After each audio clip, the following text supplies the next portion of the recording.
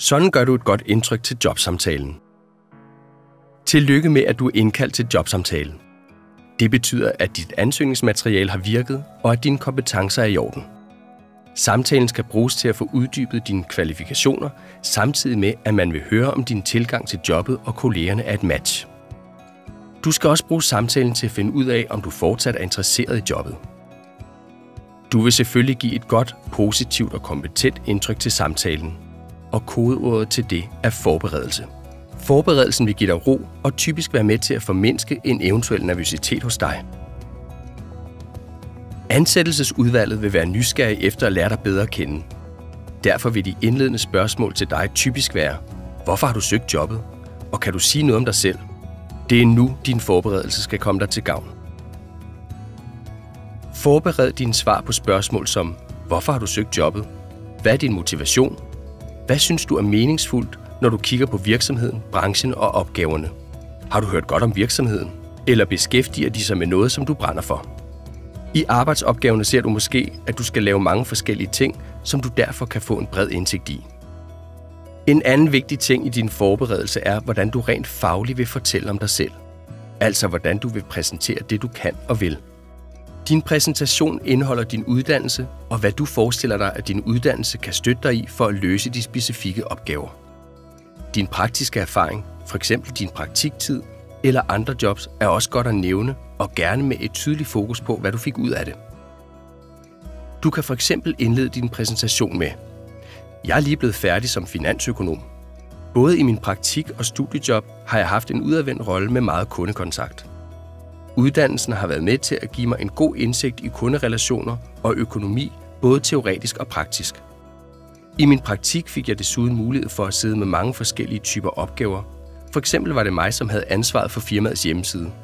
Jeg arbejdede også med dele af bogføringen, og jeg var det første led, når kunderne ringede ind for at få råd og vejledning om produktet. Salg- og markedsføringsdelen interesserer mig meget. Derfor vil jeg gerne have opbygget endnu mere rutine i at løse opgaver inden for det digitale salg og markedsføring. Øv dig hjemme foran spejlet i at sige din motivation og præsentation højt på et par minutter. På den måde kan du virke interesseret, forberedt og naturligt til samtalen. Måske du kan tænke tilbage på, hvordan du øvede dig på dine mundtlige eksamener. Det er også vigtigt at forstå, at præsentationen ikke skal fortælle alt om dig. Tænk det mere som en invitation til den samtale, I skal have. Forbered dig desuden på spørgsmål, du er usikker på. Hvilke udfordringer ser du i jobbet?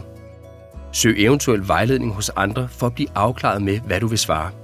Og igen, øv dig hjemmefra på de svar, du vil give, så ikke du svarer noget, du vil fortryde. Det er også en god idé, at du har tænkt på nogle eksempler, som viser hvad og hvilke ting, du har været en del af. Det er vigtigt, at du også har tænkt over dit tøj. Du skal selvfølgelig være dig selv, men kig på firmaets hjemmeside for at få et indtryk af de ansattes stil.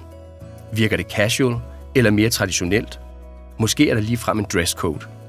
På dagen til samtalen skal du være opmærksom på, at selve samtalen begynder, når du træder ind af virksomhedens dør. Vær imødekommende og interesseret i omgivelserne. Pas for eksempel på med at falde for langt ned i stolen med mobilen i hånden, da det kan signalere det modsatte. Kom i god tid, men heller ikke for tidligt. Cirka 10 minutter før er fint. Måske ved du, at der i samtaleforløb vil indgå tests. Dem skal du ikke være nervøs for. De er jo ikke et facit på, hvem du er. Så gå åben ind i den dialog, der vil være om testen. Måske passer noget af det, som testen viser. Og hvis den peger på noget, du ikke kan genkende i dig selv, så sig det og fortæl i stedet, hvordan du opfatter det. Du kan ikke forberede alt, hvad der vil ske til en jobsamtale.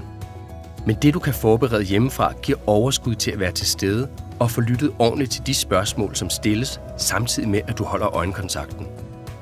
Og husk, at samtalen skal være en dialog. Vær derfor ikke bange for at stille uddybende eller opklarende spørgsmål til det, du får at vide. Når samtalen afsluttes, må du gerne sige højt, at du stadig er interesseret i jobbet, så der ikke hersker nogen tvivl herom. Held og lykke med dine fremtidige jobsamtaler.